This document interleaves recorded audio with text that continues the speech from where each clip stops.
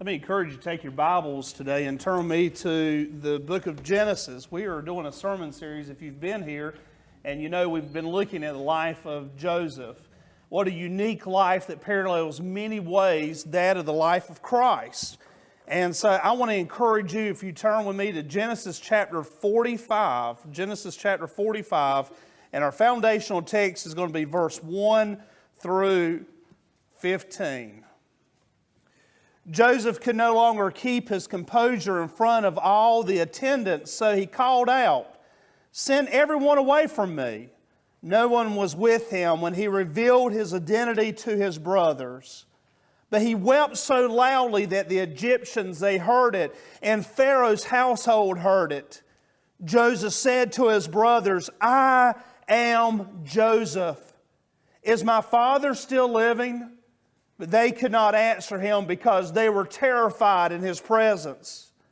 And then Joseph said to his brothers, "Please, come near me." And they came near.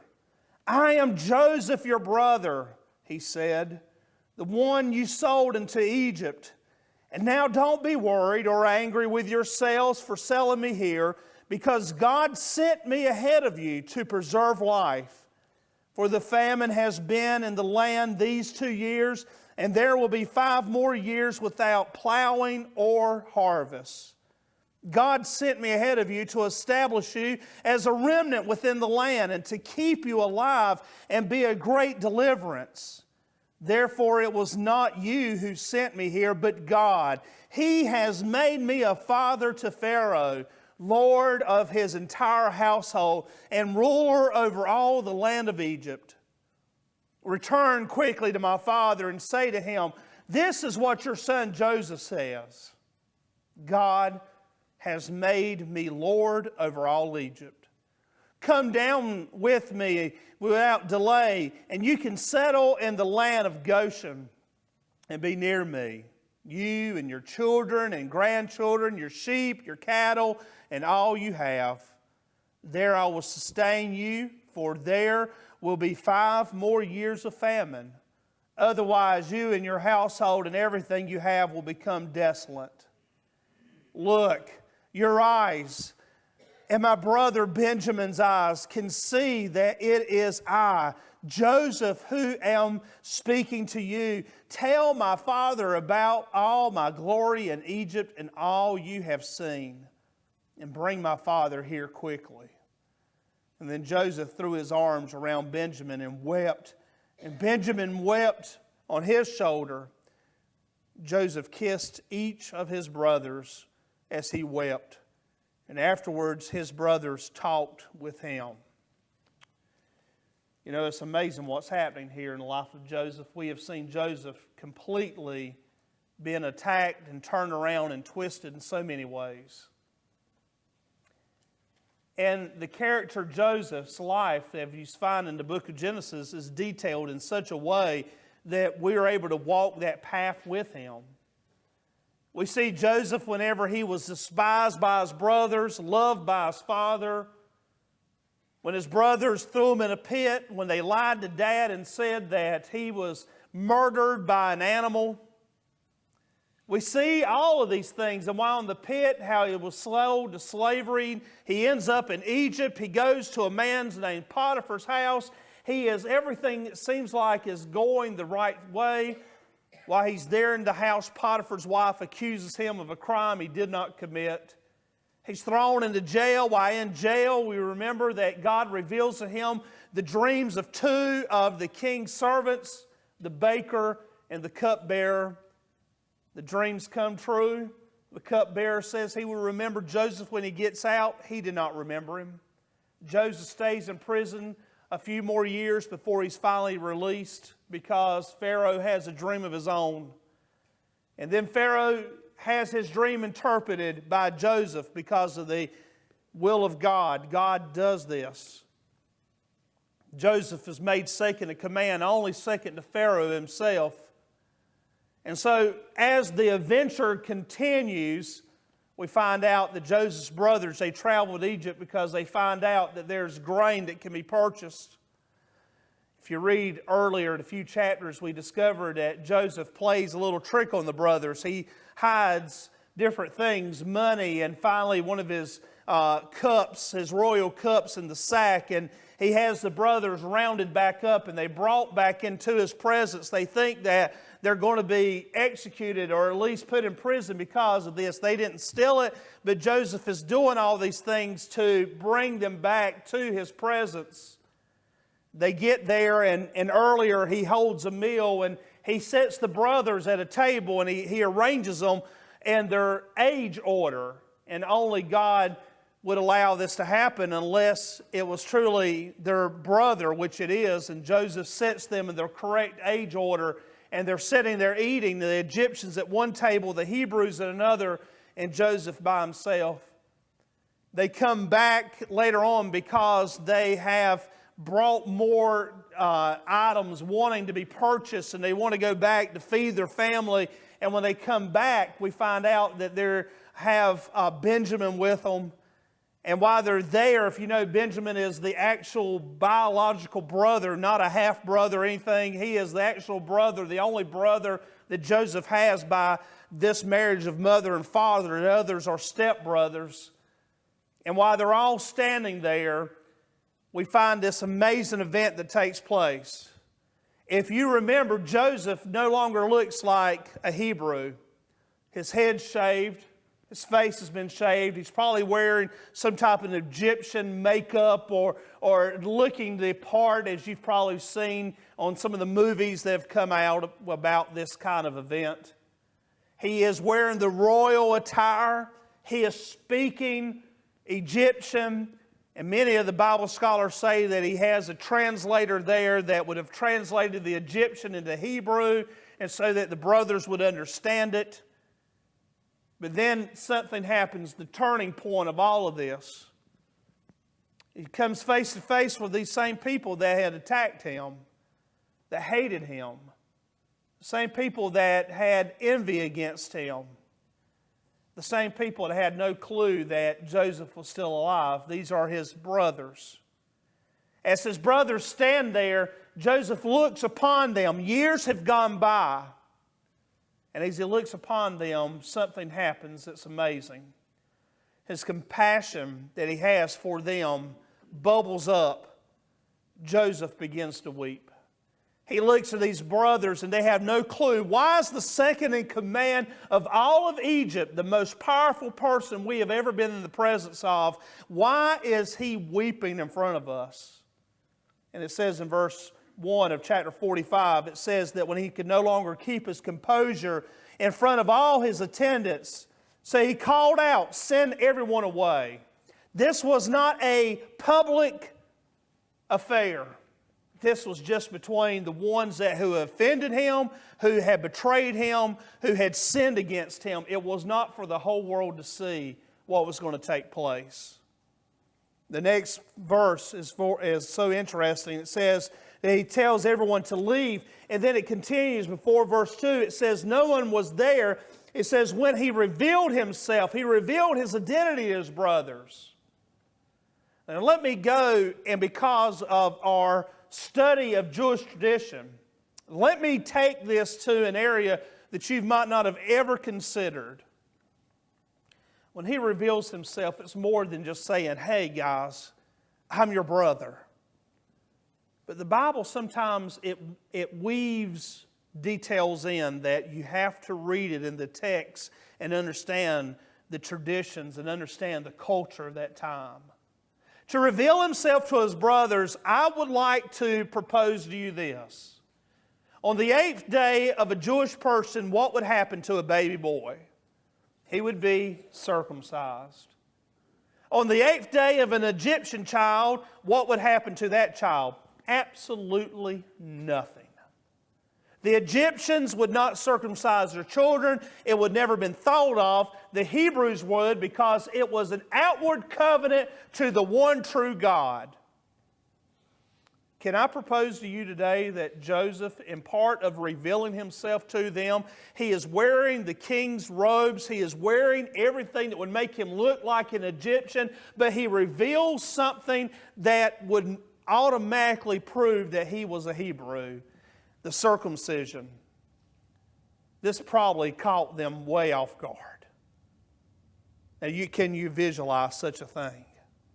And while they're standing there, it says actually that these boys who are ruthless, who have actually murdered villages, these boys who have betrayed, who have done so many things, it says that for so many verses of Scripture, what happens? Almost 15 verses of Scripture, they stand there with their mouths closed. They could not say anything. I propose to you part of the reason why is because he revealed he was truly a Hebrew, not an Egyptian. Can you imagine the amazement of these boys? They're probably looking and wondering, why is this Egyptian circumcised? It's because his father Jacob had made a covenant with God. This is part of what it meant to be a Hebrew. And here we see that it says that while he's there, he begins to weep. He reveals himself to them. And he says to them in verse 2, he wept loudly, so loud everyone outside of the doors heard it. Why? Because he was hurting so much because he knew what they had gone through. You say, well, Joseph had been the one who had been through so much mess. I will tell you this. Can you imagine the burden of thinking about what had happened to their brother so many years earlier? What was on their minds? You might say, well, they just put that on the back shelf, never thought of it again. You'll find out that they had thought of it. It says to him that he weeps. Everyone hears this.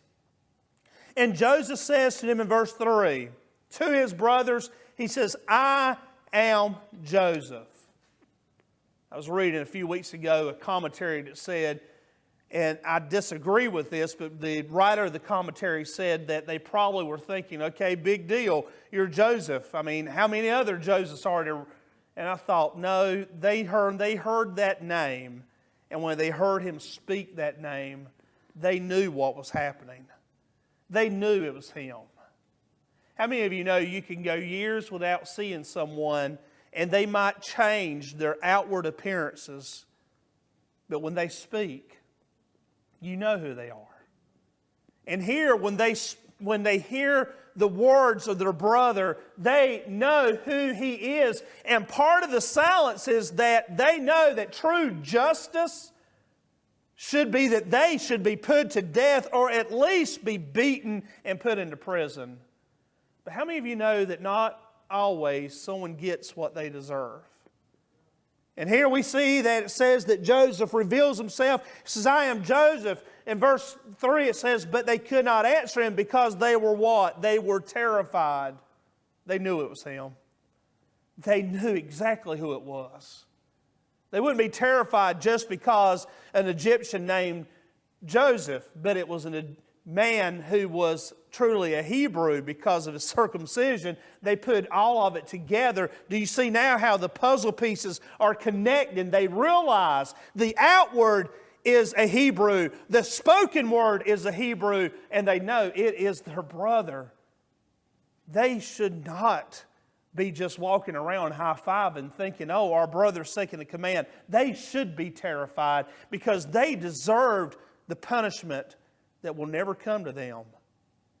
And then it says to them, Joseph, verse 4, it says, Joseph said to his brothers, please come near me. And they came near him. I am Joseph, your brother, the one you sold into slavery in Egypt. I think that's kind of a comical way of thinking about this because Joseph wants them, they didn't have any other brother named Joseph. They didn't sell any other brother into slavery. But Joseph wants them to know what I'm about to do. I don't want you to think I'm doing it because I forgot about what you've done. We think, well, maybe Joseph just had amnesia. Maybe he got hit over the head. No, he knew, and he even said to them, I am the one you did all this terrible stuff to. But the next part, it says this. It says, and now don't be worried or angry with yourselves for selling me here because God sent me ahead of you to preserve life. An amazing thing is that Joseph, throughout the entire journey, he does not sin. Joseph still realizes that God has a plan even whenever things seem like they are at their worst. He treats these boys not as they deserve. He treats his brothers as how they should be treated by the grace and mercy of God. What does Jesus do to us? He does not treat us as we deserve, but Jesus goes to the cross willingly to die for us because He is extending mercy and grace and forgiveness if we will accept it. Joseph is doing this. Joseph weeps. Jesus wept in the garden, and we say Jesus wept there. Why did He weep? And He says, because He says, if this cup pass from me, let it be. But nevertheless, Lord, not my will, but Thou be done. Jesus has drops of sweat, that's blood, the anguish that's going through in the garden. Jesus chose in the garden. What was going to happen when He walks, whenever He's there to the cross? Redemption is starting to take place. Joseph already made up his mind that if this event ever happened, he would redeem his brothers. We must flip it on this side of the coin. We must ask ourselves, if it were you and I in that position, what would we do? Some of you have betrayed and been betrayed. Some of you have sinned and been sinned against. Some of you have hated people and been hated. But let's put yourself in the position of Joseph. You've been done wrong. You know you've been done wrong. They know they did wrong to you. It wasn't by accident. It was by choice. And because of that, how will you respond? Right now, you might have a family member that has done you wrong. Will you choose to continue to ignore them in your life? Talk bad about them? Will you continue to choose to show evil for evil? Or will you choose to be like Joseph, but ultimately like Jesus, and show true love even when the person is unlovable? There was a woman by the name of Paschal Kavanaugh.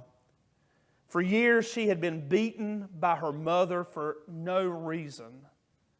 Paschal would get up in the morning, and if she was a few minutes late for school, her mama would beat her. Paschal, whenever she would wear her clothes, if something wasn't just right, her mother would beat her. I'm not talking about a spanking. I'm talking about a true beating. This went on for years. Paschal always said, when I get old enough to leave home, I'm leaving home. And Paschal did that. She left home. She went off to school. She did this. And one day, Paschal Kavanaugh got a phone call, and it was told that your mother has had a massive stroke. She cannot speak. She cannot move. She's in the bed. And Paschal decides what she would do is leave the job she had. She was not married at the time, and that she would drive back to her hometown, and that she would sit by her mother's bed, and she would tend to her mother until her mother's last days. People in the community said, why would Paschal do this? This is the same little girl that got beat. This is the same little girl that got talked to like a dog. And when Paschal was asked, why are you doing this? She says, I did this because I realized forgiveness is greater than the pain that I was giving my mom, because my mom was suffering too, because every day she remembered what she did to me.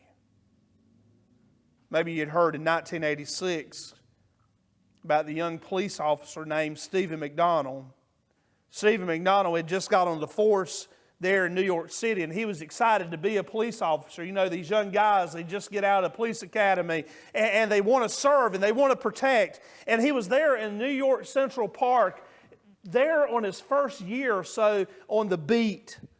Late at night, he was approached by a teenager who took a knife and stuck it right in this young police officer, Stephen McDonald's back. Stephen McDonald was paralyzed instantaneously. To this day, he's still paralyzed. We know also that through that mugging and through that attack on that the young man also, whenever he had done that, there was a shot fired, and that was part of what trying to kill this teenager, trying to kill this police officer. Whenever the teenager goes, he is sentenced. And in the sentencing that he had, Stephen McDonald reaches out and writes letters to him and attempts to visit him while he's in prison. Why? Because he wanted that teenager to know that he was forgiven. I want to forgive you for what you did. He had even said to the teenager, when you get out of prison, let us go to the schools in New York and tell them the dangers of what the street life offers, but also to tell them the benefits of what forgiveness is. They were going to do that. And the teenager got out of prison and 3 days later was killed in a motorcycle accident and never had the opportunity to do that. When asked by Stephen McDonald, Reader's Digest did a story on this, and they asked Stephen McDonald, why would you reach out to this man who hurt you, who paralyzed you, who cost you your career and almost your life? He said these words, and I quote, that was in the Reader's Digest article. It says, it is worse having a bullet in your spine than having revenge in your heart. It would be worse to have a bullet in my spine than revenge in my heart. That's easier said than done, isn't it? But he did it. And at least when the boy got out of prison, yes, he died in an automobile or a motorcycle accident 3 days later. But I will say to you this, when he left the prison, he knew he had been forgiven by the officer that he tried to kill. Maybe you remember May 13th, 1981, Pope John Paul II, an assassin tried to take his life. And while the Pope is there in the ambulance being rushed to the hospital, the Pope leans over and says to one of the attendants there in the hospital or there in the ambulance, no matter what takes place, let the man know who did this to me, I forgive him. Would we be that quick to forgive? Or maybe this example that I thought was interesting. A young firefighter by the name of Matt Swartzer. Matt was getting off of work. He had worked an extra long shift. And this fireman, he was tired and he was ready to get home and go to bed. And like many people who have worked so many hours, he fell asleep at the wheel of his car. When he fell asleep at the wheel of his car, this fireman named Matt, he accidentally crashes into another car, killing a woman who was pregnant and injuring the 19-month-old child that was in the car. The woman that he killed, his name is June Fitzgerald. June died shortly after that accident.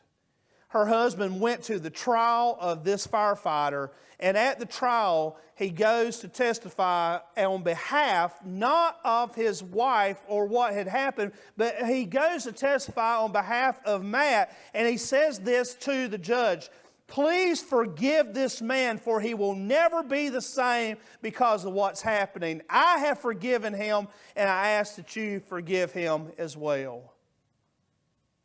This is a man who lost his wife and unborn child and now shows up to testify in a court setting to forgive the man who fell asleep at the wheel of the car and his wife's life was taken because of that. What about you? Could an example of forgiveness be quoted about you? Have you forgiven someone that needs to be forgiven, or has someone forgiven you? And you might say, Pastor, no one has ever forgiven me of anything. Every time I do something and mess up, I don't feel like I'm forgiven. But you have been. If you're saved, you have a story greater than anything that can be found in Newsweek or Reader's Digest or any newspaper. You have a story that you could stand up and say, I was this detestable sinner. But because of Jesus, I have been forgiven. Joseph forgave his brothers because Joseph knew why he was there. He was there to preserve life. He was there to be a blessing and to make sure that the Hebrew people would survive. I will attest to you this, Satan's agenda from the day one has been to eliminate the Jewish people, and this famine in itself was not there just to eliminate the Egyptians. It was there to eliminate those that were faithful Hebrews. If Satan, could destroy every one of the Jews, what would have taken place if all of Joseph's brothers would have died? It would have meant that Judah would have died, and we would have never had a King David, and it would have meant we would have never had a King Jesus, and it would mean we would never have redemption. You see, what Satan was trying to do was destroy the seed, but God's grace continuously overflows. You watch on the news today and you wonder, why is the things happening in Israel? It's because Satan is still today trying to destroy the Jewish people. And I will say to you this, but God's hand is still on Israel as it was on Joseph and his brothers. Were they perfect? By no means. Were they forgiven? Well, just ask Joseph when you get to heaven. The answer is yes. You see, a lot happens in the time that you go from being a bitter person to being someone else. And maybe you've been hurt in such a way that you have become bitter. But did you know you can take your pain and shift it, and you don't have to be bitter anymore? You can shift it and no longer be bitter, but become better. I know school is out, but I would like to give you one spelling exercise. Bitter is spelled how? B-I-T-T-E-R, correct? Better is spelled B-E-T-T-E-R. Only one letter difference. What's the letter? The letter I. You know how you stop getting to be bitter and become better? Is you take the I out of the situation. You have a right, don't you, to be mad. You have a right to be ticked off. You have a right to want to get revenge. You have a right, don't you? Oh, come on, you know revenge tastes so sweet. But whenever you take the I out of it, and you remember what Jesus has done for you, you can become a better person. You see, Joseph at any moment could have destroyed those brothers, but he took the I out and became a better person. Whenever you allow your life to be controlled by your own emotions, when you've been hurt and you allow your life to be controlled by your emotions, then you will always be the sinner and you will always harbor the pain. And you might say, well, I have forgiven them. Well, forgiveness in the biblical sense means the debt has been canceled. Have you ever got a doctor's bill in the mail and then you knew you'd paid the bill, and then it comes to find out that you hadn't paid the bill, and when they keep sending it, and then they send back something to you and they say, well, we're going to just cancel this debt, the insurance or whatever is going to take care of it. We're just going to cancel the debt. A lot of you don't find out, and it'd be nice if it happened more often. But you would remember that, wouldn't you, if you had a hospital bill and you couldn't pay it and that hospital bill was canceled. That'd be a good feeling, wouldn't it? Well, that's the same idea biblically of forgiveness, is that you have a debt that you couldn't pay, but it's been canceled. Now, let's say that a few days later you get a knock on your door, a gentleman in a suit. He's from the hospital. He says to you, I know that we canceled this debt, and I know that you no longer owed this bill, but I'm going to, ever so often, I'm going to just show up and knock on your door to remind you that you had a bill. I'm going to remind you that when you drive by that hospital, oh, you did owe us some money. I'm going to remind you of this. You would say, that's not fair, Pastor. They've been forgiven of their debt. It's been canceled. He has no right to go knock on their door. He has no right to bother them. It really wasn't canceled if they're going to be harassed. Would you agree with that? Well, then why would we do the same when we say, oh, I forgive that person, but yet ever so often we show up with words that don't sound like we really did forgive them.